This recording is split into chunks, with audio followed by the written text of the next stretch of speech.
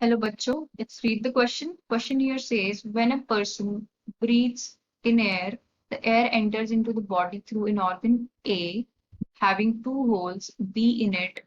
The air then passes through pharynx and larynx and enters into tube C. The tube C divides into two smaller tubes, D and its lower end. The two smaller tubes are attached to two respiratory organs E. Each smaller tube divides inside the organ E to form a large number of still smaller tubes called F. The smallest tubes F have air sacs G, their ends in which gaseous exchange take place in the body of the person. What are A, B, C, D, E and F?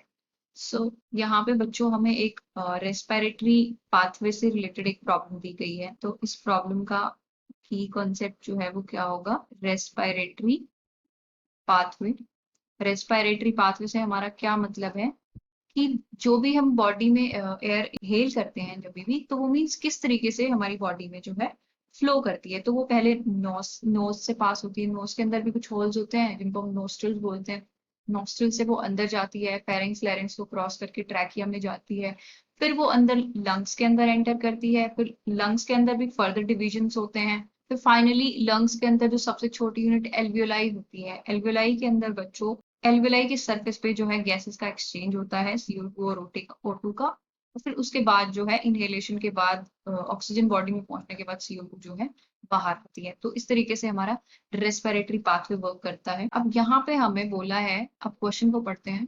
When a person breathes in air and air enters into his body through an organ A, तो वो organ ए हमारा क्या है? Knows. Having two holes, तो यहाँ पे इसके and पे जो है होल्स होते हैं जिनको हम क्या बोलते हैं?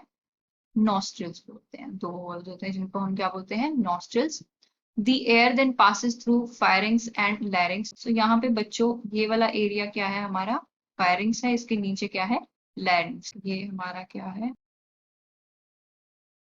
फायरिंग्स एंड लैरिंग्स है। And enters into a tube C. So वो ट्यूब सी क्या है? ये वाली ट्यूब है जिसको हम क्या बोलते हैं?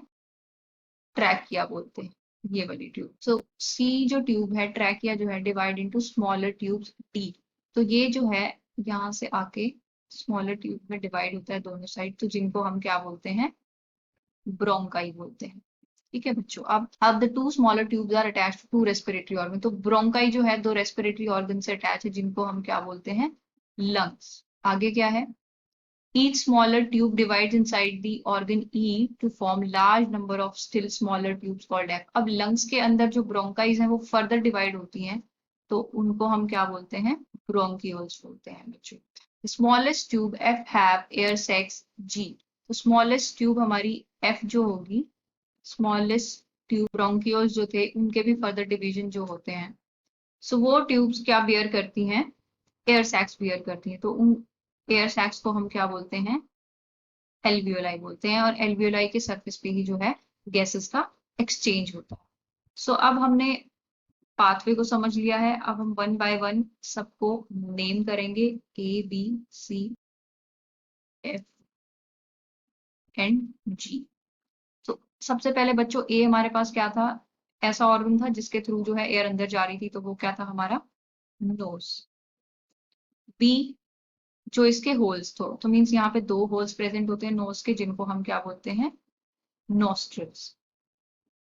अब इन्होंने बोला जब एयर फायरिंग्स और लैरिंग्स से पास ऑन होती है तो वो एक सी ट्यूब में एंटर करती है। वो सी ट्यूब क्या थी? ट्रैकिया। ट्रैकिया थी। नाउ सी ट्यूब के एंड पे क्या हो रहा था? सी ट्यूब जो है दो डी ट्यूब्स में डिवाइड हो रही थी, तो वो डी क्या होगा हमारा? ब्रोंकाई। अब डी जो है वो कुछ दो रेस्पिरेटरी ऑर्गन से अटैच थी, तो वो रेस्पिरेटरी ऑर्गन हमारे क्या है? लंग्स। ई क्या है? लंग्स। अब लंग्स में भी क्या हो रहा था कि जो ब्रोंकाई है वो आपकी ई जो ऑर्गन है उसके अंदर फर्दर डिवीजन हुई थी स्मॉलर ट्यूब्स में, तो वो एफ वाली ट्यूब्स क्या होंगी? ब्रोंकियोल्स। उनको हम क्या बोलते हैं? ब्रोंकियोल्स। अब ब्रोंकियोल्स भी फर्दर जो है उनकी जो फाइनल स्मॉलेस्ट डिवीजन होती है, वहां पे जो एयर सैक्स प्रेजेंट होते हैं तो उनको हम क्या बोलते हैं?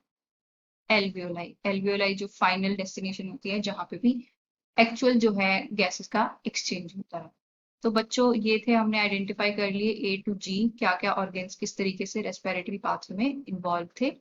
So this was the explanation for the question. I hope you understood it well. Best of luck. Thank you.